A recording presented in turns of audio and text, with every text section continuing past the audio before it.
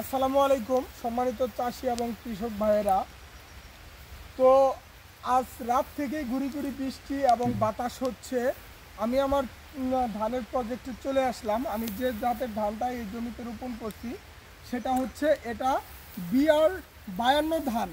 বাংলাদেশ ধান গবেষণা ইনস্টিটিউট থেকে সংগ্রহকৃত বীজ এবং বীজ উৎপাদনের জন্য আমি এই ধানের জমিতে ধানের চারা রোপণ করছি। এবং উপরে হচ্ছে আপনার এটা হচ্ছে আপনার BR51 ধান, এটা খাটো জাতের ধান।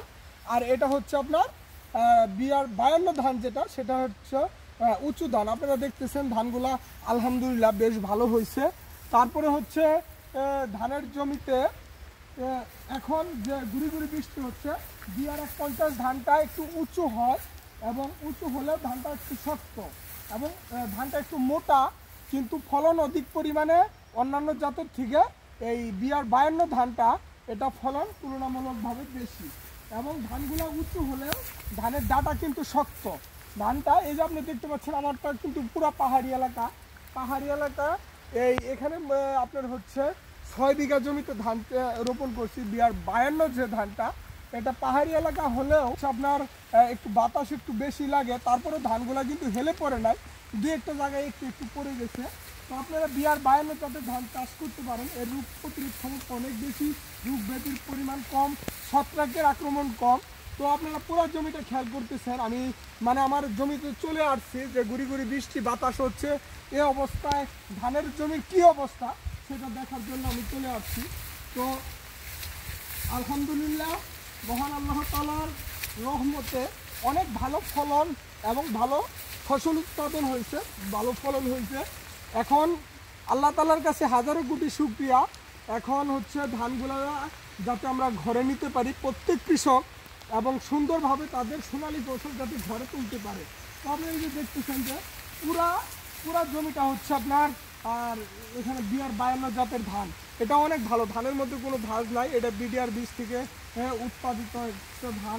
এবং সর্বোপরি আমি চেষ্টা করি আমার ধানের জমিতে আমি প্রতিদিন হলেও একবার করে হলেও আমি আসার চেষ্টা করি যে আমার ধানের জমিগুলা কন্ডিশন কেমন, কি অবস্থায় আছে। আজকে গুড়ি গুড়ি বৃষ্টি হচ্ছে, তারপরেও কিন্তু আমি অন্য সকল কাজ বাদ দিয়ে আমি আমার ধানের জমিতে চলে আসছি। তো পুরো জমিটা এভাবে দেখাও, কিন্তু মাঝখানে একটু ধান আর কি শুয়ে পড়ে গেছে, ওটা আপনারা দেখতেছেন। আর মতো অবস্থা আমাদের কি করতে হবে, ধানের জমির নালা পরিষ্কার করে নালাগুলা কেটে দিতে হবে, যাতে ধানগুলা যদি মাটিতে শুয়েও পড়ে পানিগুলা যাতে সাথে সাথে চলে যায়। যদি ধানের জমিতে আপনার পানি আবদ্ধ অবস্থায় থাকে, সেক্ষেত্রে কিন্তু আপনার ধানের ক্ষতি হবে, ধানগুলা পচে যাওয়ার সম্ভাবনা থাকবে। এজন্য আমাদের কি করতে হবে, ধানের জমির নালা কেটে পানিগুলা বের করে দিতে হবে। তো এদিকে আসো বাবু, এদিকে এসে দেখাও, পুরো জমিটা দেখায় সুন্দরভাবে, ঠিক আছে? ধানগুলা মোটামুটি আর 1 সপ্তাহ গেলেই কিন্তু ঘরে তোলা যাবে, কাটা যাবে, তাই না? আসো, তো এই পাশে কিন্তু পড়ে গেছে, তাই না? এদিকে আসো দেখাও। তো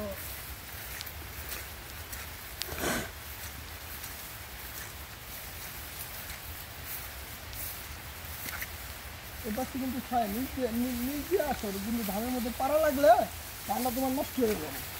নিচ দিয়ে আসো, এটা তো কোদাল ছাড়া কাটা যাবো না, কোদাল ছাড়া কাটা যাবো।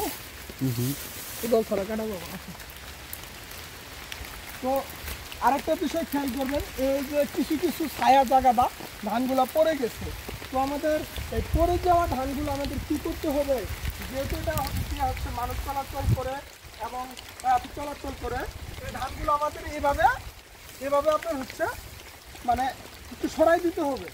এভাবে আপনার সরাই দিতে হবে যাতে ধানগুলা ক্ষতি না হয়, ধানগুলা মানুষের পায়ে লেগে যাতে ক্ষতি না হয়।